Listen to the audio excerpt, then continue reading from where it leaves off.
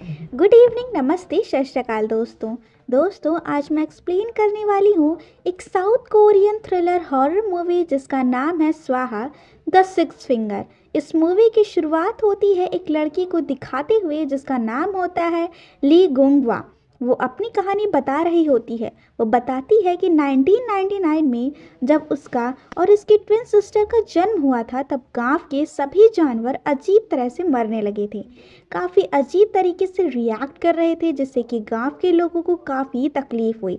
अब जन्म के बाद ही दोनों बहनों को मां के गर्भ से निकाला गया, लेकिन यह सभी देखकर हैरान हो गए थे कि ली की खुद की बहन ने सरवाइव करने के लिए उसके मां के गर्भ के अंदर ही उसका पैर खाना चालू कर दिया था।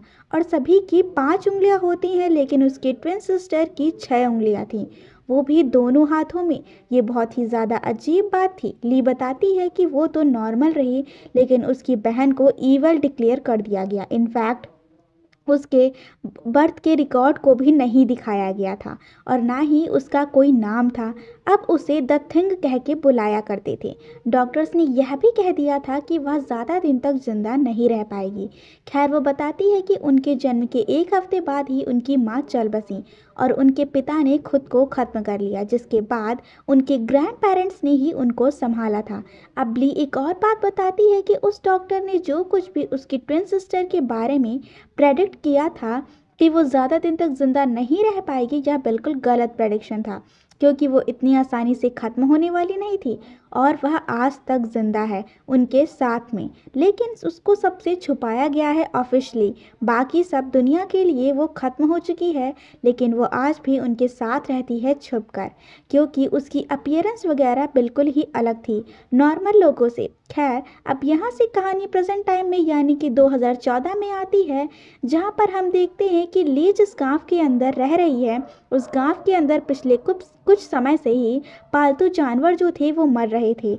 यह माहौल बिल्कुल उसी तरह का था जैसे कि जब उसकी ईवल ट्विन सिस्टर का जन्म हुआ था। इसलिए एक ब्लैक मैजिक करने वाली लेडी यानी कि एक शेमन उसके गांव के अंदर आई थी उस दिक्कत को सॉल्व करने के लिए।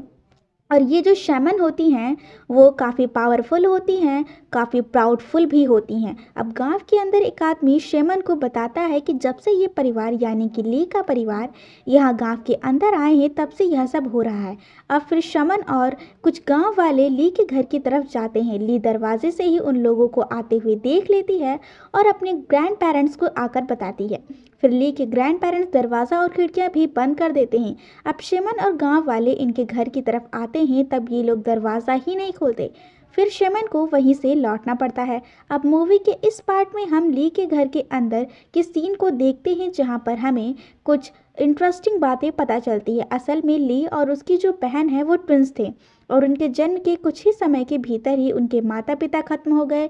उनके ग्रैंड पेरेंट्स ने ही उन्हें अडॉप्ट कर लिया। ली नॉर्मल थी लेकिन वो लंगड़ा कर चलती थी और उसकी एक ट्विन सिस्टर होती है जिसको सभी ईवल मानते हैं और इसी वजह से उसे सीक्रेट एक कमरे में अंदर बंद करके रखा जाता है ताकि वो दुनिया की नज़रों में ना आ सके।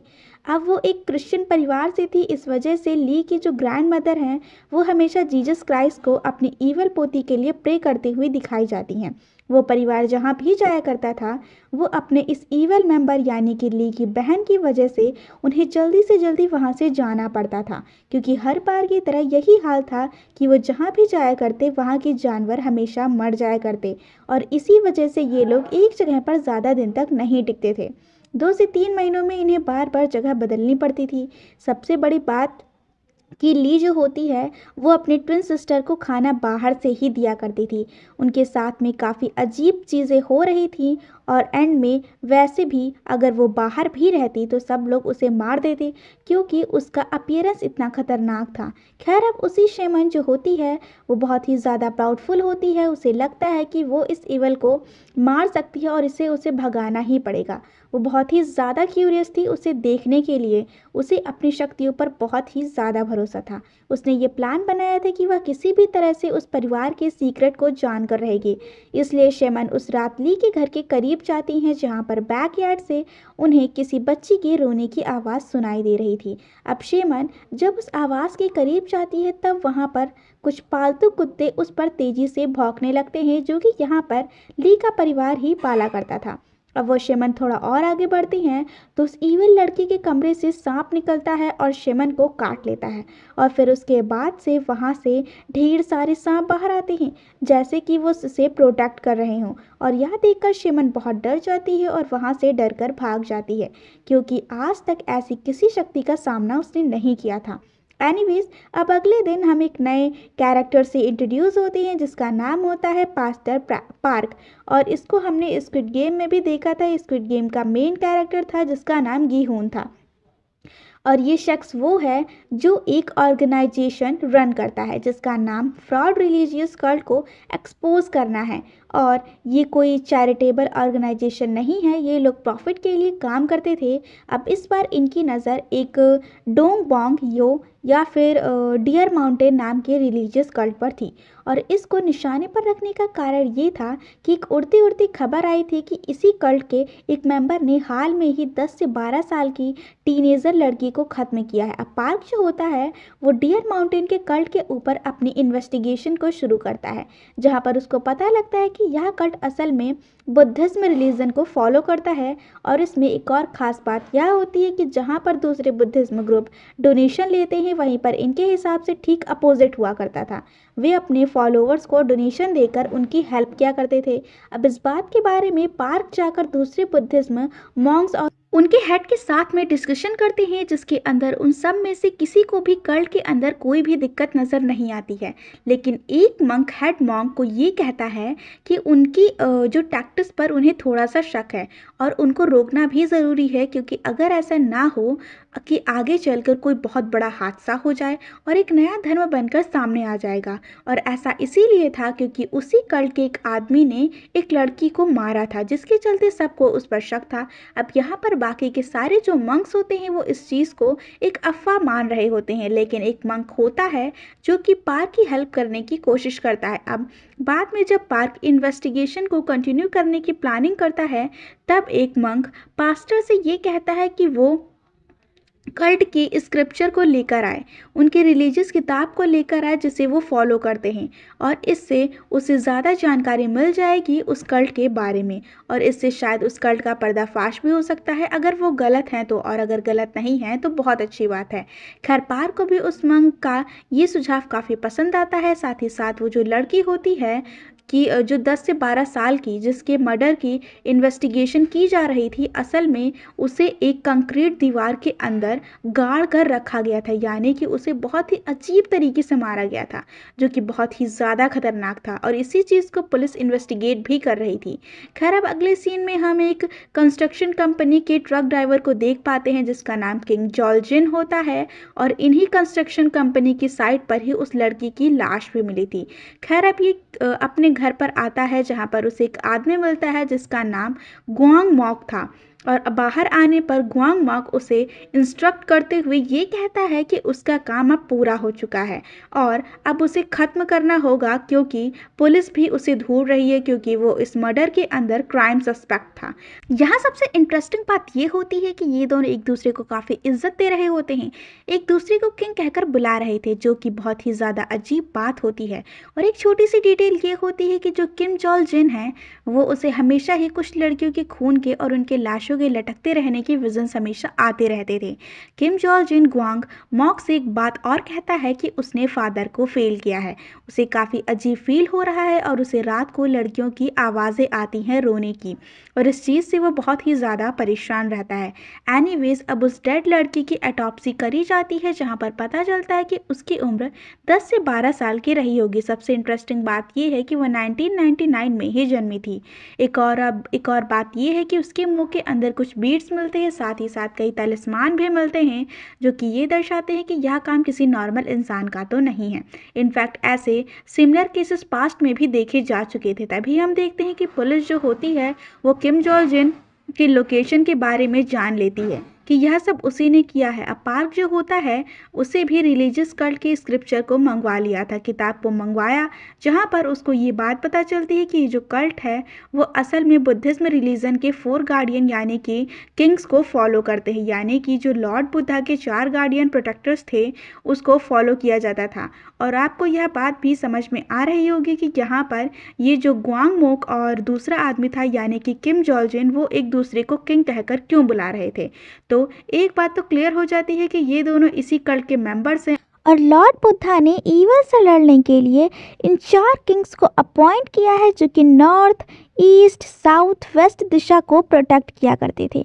और लॉर्ड बुद्धा के इन फॉलोअर्स के 4 रिलीजियस प्लेसेस भी थे, यानी कि इस कल्ट के खाली 2 ही ब्रांचेस नहीं थी बल्कि 4 ब्रांचेस होती हैं जो कि चारों दिशाओं में फैली हुई थी। और पार्क ने 2 को भी ढूंढ लिया था और 2 को ढूंढना बचा हुआ था। खैर अब कुछ ही पलों के बाद में पास्टर उस तीसरी लोकेशन को भी ढूंढ लेता है और वहाँ पर उसे इन 4 गार्डियन की तस्वीरें और एक डायरी मिल जाती है।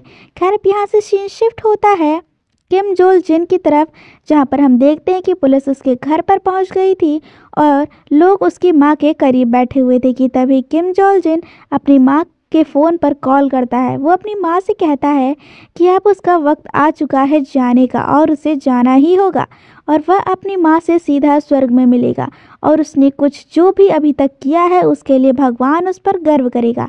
तभी सारे पुलिस वाले फ़ौरन भागते हुए उसके टेरेस पर जाते हैं, लेकिन हम ये देखते हैं कि तब तक वो खुद को ख़त्म कर चुका था। इनफैक्ट हमको यह भी पता चलता है कि ग्वांग मोक को समझ आ चुका था कि उसके साथी ने खुद को ख़त्म कर लिया है।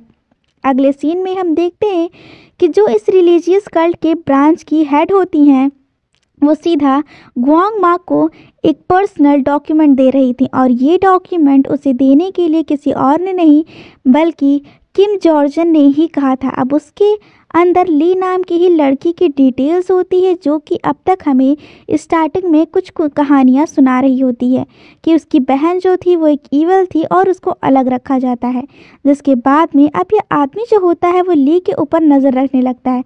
मीनवाइल हम देखते हैं कि पार्क को भी मिली डायरी में वो एक मंक को दिखाता है और रिसर्च से पता चलता है कि ये डायरी असल में किम जो सोक ने लिखी है, जो कि एक डायरी नहीं बल्कि उनके स्क्रिप्चर है। इसके अंदर नॉर्मल बातें ही लिखी गई हैं लेकिन इसके साथ छेड़छाड़ करी गई है। इसके अंदर एक भविष्यवाणी भी करी गई कि यहाँ पर ईवल और गॉड के बीच में लड़ाई होगी। असल में जो रिलीजियस किताब थी ये किसी और ने नहीं बल्कि किम जो सॉक ने एक व्यक्ति था उसने लिखी थी। अब बात यहाँ पे ये पता चलती है कि किम जो सॉक जो थे वो असल में लॉर्ड बुद्धा की फॉलोवर थे और अब वो उस स्टेज पर पहुँच चुके थे जहाँ पर वो खुद को भगवान मानते थे और उसे गॉड की उपाधि मिल चुकी है। बेसिकली वो लॉर्ड बुद्धा के एक और जन्म है उन जिन्हें मैत्रेय कहा जाता है। हेड मॉन्क पार्क को यह बात बताते हैं कि किम जो सॉक का जन्म 1899 में हुआ था और अभी तक इसमें ज़िंदा रहना बहुत ही मुश्किल है। अब पार्क को न्यूज़पेपर हेडिंग के अंदर एक डिटेंशन सेंटर के बारे में पता चलता है जहां पर उसे कुछ साइंस और रिसर्च से पता चलता है कि किम जो सॉक ने असल में 4 बच्चों को अडॉप्ट किया था और 4 बच्चों ने ही अपने पिता को ही मार दिया था। बेसिकली उनका सुधार गृह था और वहाँ पर वो बहुत ही ज़्यादा पैसे वगैरह भी दिया करते थे और बेसिकली किम जी सॉक ने उन बच्चों को अडॉप्ट किया था, उनको सुधारना चाहा था और वो उनको अपनी तरह ही रिलीजियस बनाना चाहते थे। और सबसे बड़ी बात ये थी कि ये 4 बच्चे कौन थे। यहाँ पर बेसिकली किम जी सॉक ने उन्हें अपने 4 प्रोटेक्टर किंग्स की तरह पाला था।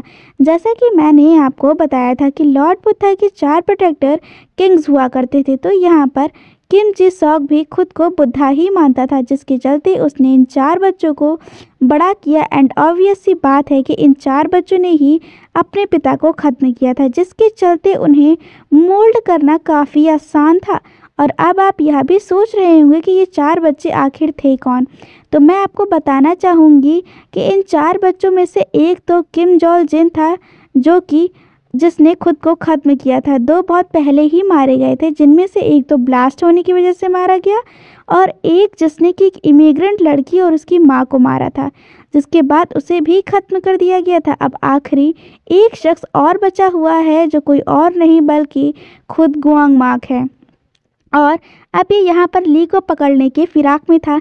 यानी कि यहाँ पर जो कुछ भी हो रहा था वो सब कुछ आपस में कनेक्टेड है। मीनवाइल हम ग्वांग मो को देखते हैं जिसका रियल नेम असल में नाहान था और यही वह चौथा अडॉप्टेड लड़का होता है जो कि अब तक जिंदा घूम रहा था किसी खास मकसद से ली को मारने के लिए। जैसे ही वो वहाँ पर जाता है, जो उसकी ईवल सिस्टर होती है वो वहाँ से उसे डरकर भगा देती है। वो बहुत ही ज़्यादा डर गया था उसे देखकर। अब वो घबराया हुआ डियर माउंटेन के ही एक सेंटर के अंदर जाकर छुप जाता है जहाँ पर उसे बहुत ही भयानक सपने आते हैं, जहाँ पर उसे ढेर सारी लड़कियों की लाशें दिखाई देती हैं, रोने की आवाज़ें आती हैं। लेकिन तभी होता ये है कि उसकी मरी हुई माँ जो होती है वो उसे आराम से आकर सुला देती हैं, उसके लिए गाना भी गाती हैं जिसकी वजह से वह काफ़ी रिलैक्स हो जाता है। अब अगले सीन में हम देख पाते हैं कि गुआंग मा को एक हॉस्पिटल में, जहाँ पर उसे एक और आदमी मिलता है जिसका नाम हेंचमैन होता है, वो वहाँ पर इस कल्ट के मेन लीडर किम के साथ देखा जाता है जो कि काफ़ी ज़्यादा बूढ़ा हो चुका था और काफ़ी ख़राब हालत में था। लेकिन यहाँ पर इंटरेस्टिंग बात ये होती है कि अगर वो बुद्धा का जन्म था यानी कि पुनर्जन्म था तो उसके पास तो काफ़ी शक्तियाँ होनी चाहिए थी। वो यहाँ पर बिल्कुल भी ओल्ड नहीं होना चाहिए था, या उसकी ऐसी ख़राब हालत कैसी होगी अगर वो लॉर्ड बुद्धा है। एनीवेज यहाँ हम हेंचमैन को देखते हैं जो ये बताता है कि गुआंग मा को किम को बचाने के लिए उसे स्नेक को मारना होगा, यानी ली को ख़त्म करना होगा, ताकि इस दुनिया के अंदर लाइट हमेशा रहेगी और अंधेरे को वो मिटा सकेगा।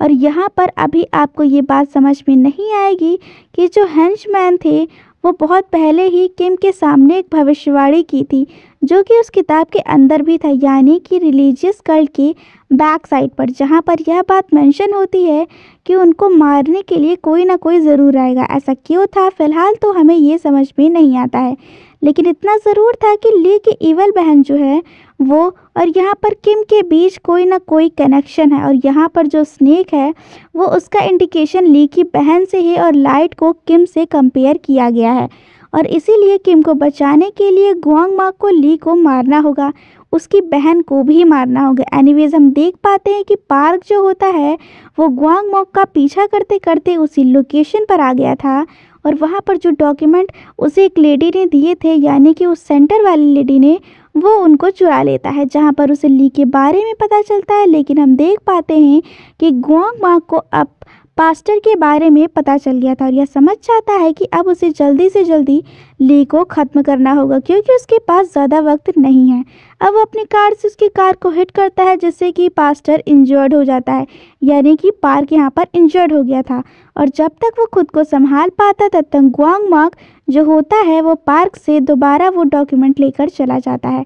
एनीवेज अब पार्क को यहाँ पर पता चलता है कि बहुत ही जल्द क्रिसमस के लिए एक तिब्बत एंड मॉक आने वाला है जो कि बहुत ही ज़्यादा फेमस है और वो किम को भी जानते थे। खैर अब पार्क उनसे मिलता है और वो किम के बारे में उनसे जानता है और उसका नाम सुनकर वो बहुत ही ज़्यादा शॉक्ड रह गए थे क्योंकि उन्होंने इतने सालों बाद ये नाम सुना था।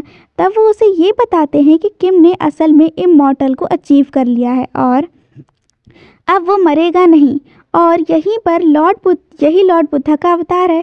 लेकिन इसमें दिक्कत ये है कि उसके अंदर बहुत ही ज़्यादा घमंड आ चुका था। उसने उससे बात करी थी जिसके चलते वो इस शरीर का त्याग नहीं करना चाहता था। लॉर्ड बुद्धा ने भी अपना शरीर को त्याग किया था, लेकिन किम जो है वो अपने फ़ायदे के लिए ज़िंदा रहना चाहता है। उसके अंदर जो बहुत सारी इच्छाएं हैं वो उसको छोड़ना नहीं चाहता। तो यहाँ पर वो एक तरह का परफेक्ट अवतार नहीं है, यानी कि परफेक्ट मैत्रेय नहीं है और उन्होंने ही उसको श्राप दिया था कि 100 साल के बाद में कोई ऐसा पैदा होगा जो कि उसको ख़त्म करेगा, जो कि होगा स्नेक, जो कि कोई और नहीं वो खुद ली की ईवल सिस्टर है। और उस स्नेक से ही बचने के लिए किम ने असल में उन 4 गार्डियंस को, यानी कि उन 4 अनाथ लड़कों को रखा था।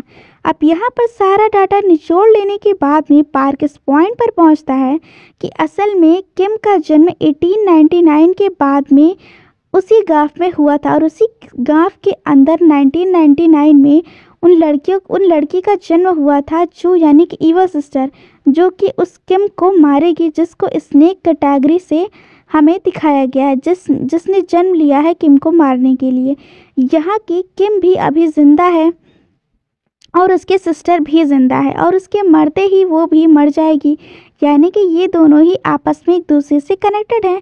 पार्क को एक और चीज़ समझ में आती है और एहसास होता है कि ये जो रिलीजियस कल्ट की किताब थी और उसके बैकग्राउंड में जो 81 इविल लोगों का जिक्र करा गया था, वो डीम का जिक्र किया गया था, इन सब को ख़त्म करना पड़ेगा। और ये 4 किंग्स जो थे वो उन्हीं को ख़त्म कर रहे थे, यानी कि जो लड़कियां पाई गई थी वो भी ईवल बताई गई।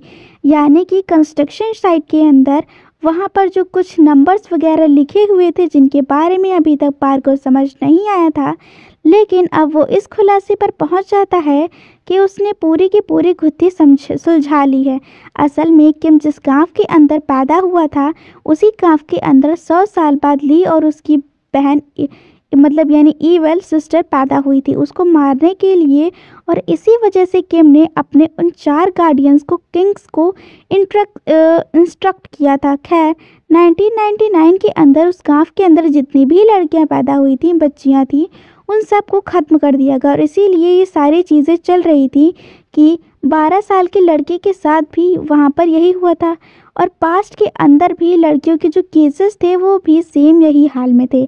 और अब आपको ये समझ में आ गया होगा कि इस इमिग्रेंट लड़की को उस किंग ने क्यों मारा था। और ये सारी बातें पार्क जो होता है वो पुलिस चीफ को बता देता है और चीज़ों को सिंप्लीफाई करने के बाद उन सबको पता चल जाता है कि पार्क सच बोल रहा है।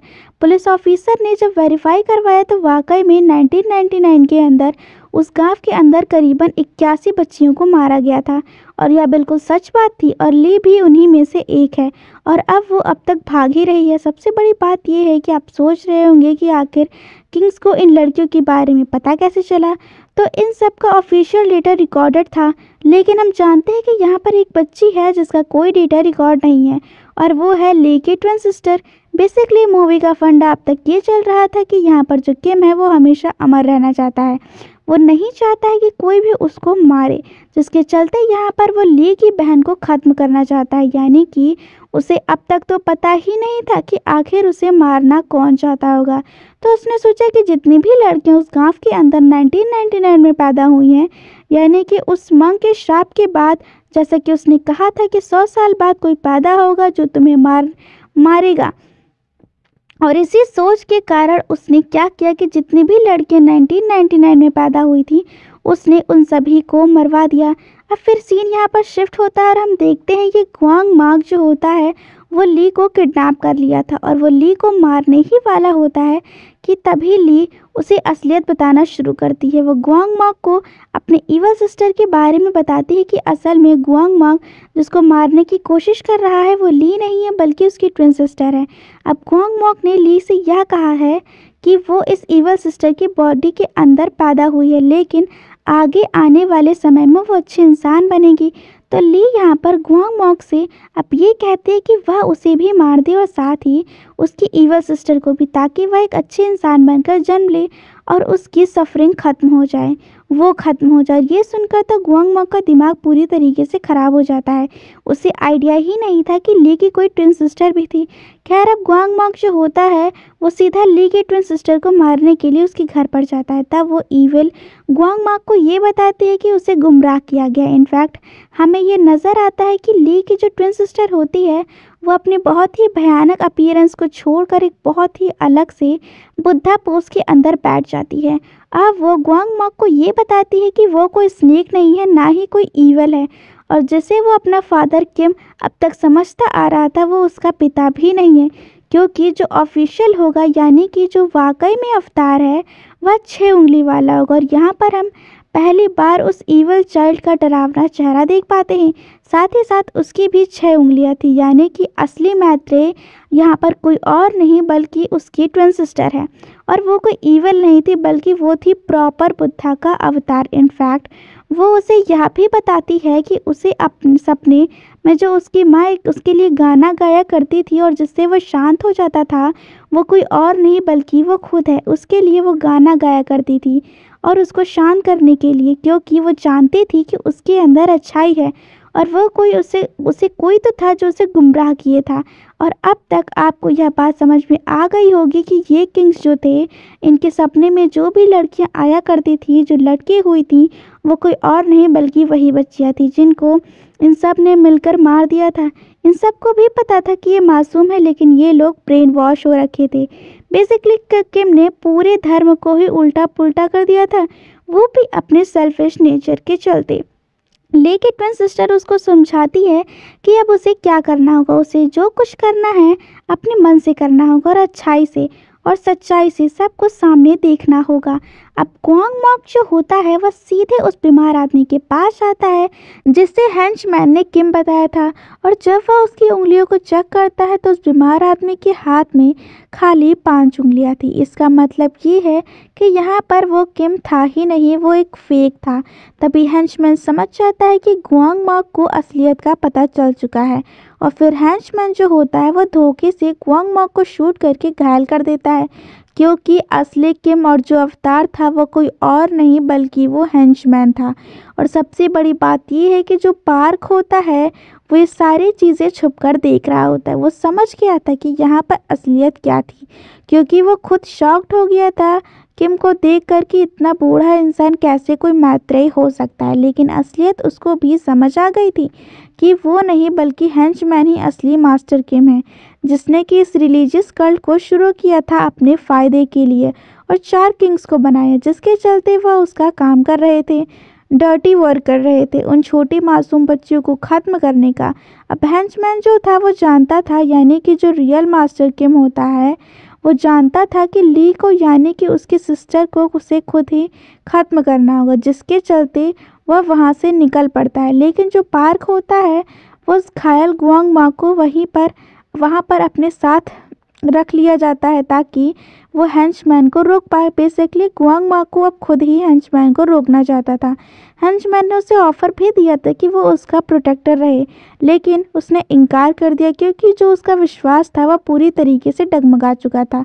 और पार्क ने पूरी रफ्तार से गाड़ी ले जाकर सीधे हेंचमैन की गाड़ी में ठोक दी, जिसके चलते उसे समय मिल जाए ताकि वह उसकी गाड़ी के अंदर गुआंग मॉक को रख पाए। और गुआंग मॉक ऐसा ही चाहता था। गुआंग मॉक जो होता है वो मास्टर किम से कहता है कि वो गॉड हो ही नहीं सकता, क्योंकि उसने खुद के फ़ायदे के लिए इमॉर्टलिटी को हासिल करने के लिए न जाने कितनी मासूम लड़कियों को कत्ल करवाया और उसे नर्क नसीब होगा। लेकिन किम जो होता है वो उसकी बातों को नज़रअंदाज कर देता है, लेकिन गुआंग मॉक पीछे से उसका गला घोटने लगता है और गाड़ी आगे चलकर डिसबैलेंस हो जाती है और पलट जाती है, जिसके चलते एक हादसा हो गया था।